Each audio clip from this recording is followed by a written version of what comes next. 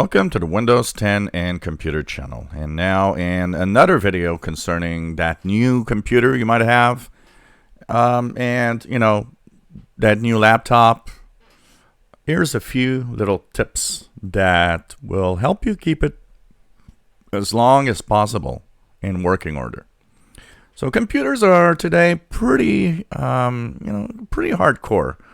You can abuse them quite a lot, and they still work, and they still give you that long period of time when it's gonna work. And typically I get people saying, well, after 2 years these break.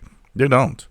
My laptops here all have, without exception, lasted more than my the time that I actually continue using them.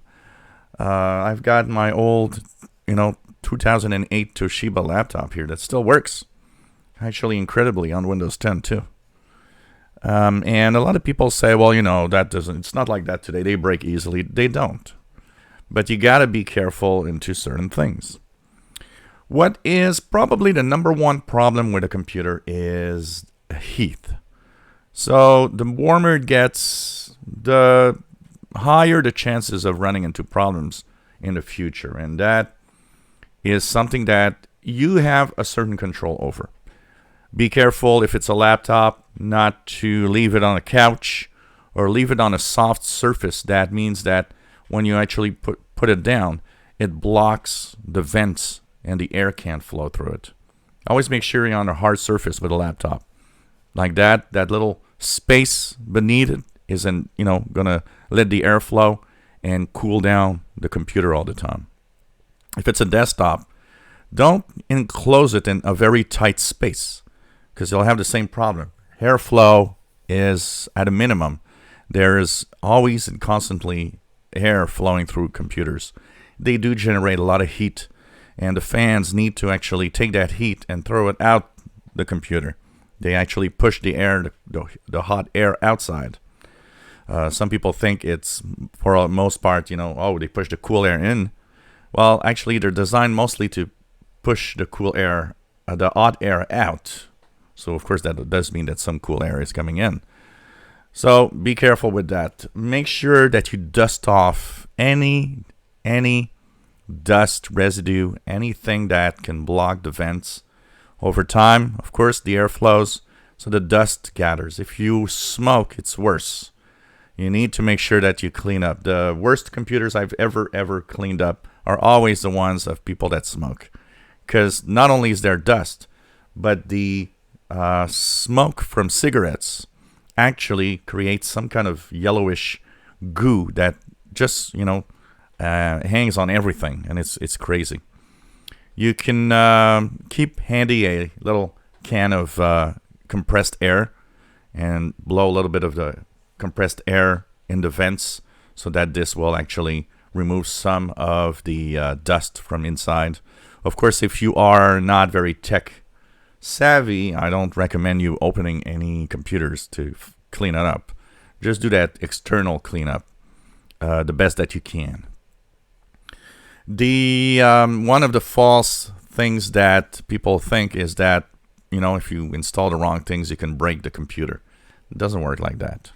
I see posts regularly here of people saying, well, I installed Windows 10 and it broke my computer, now I need a new one. It didn't break your computer and you don't need a new one. That's not the way it works. That's completely false and ranting at something. It's obviously more trolls than anything else when you get a comment like that.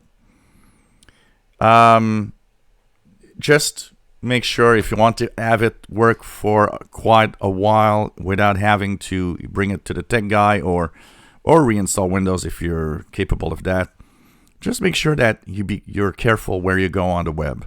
Careful not to install or click on anything that you don't know what it could be. And remember that the least amount of software you uninstall all the time, the longer the install you have of Windows will work without having you to reinstall it.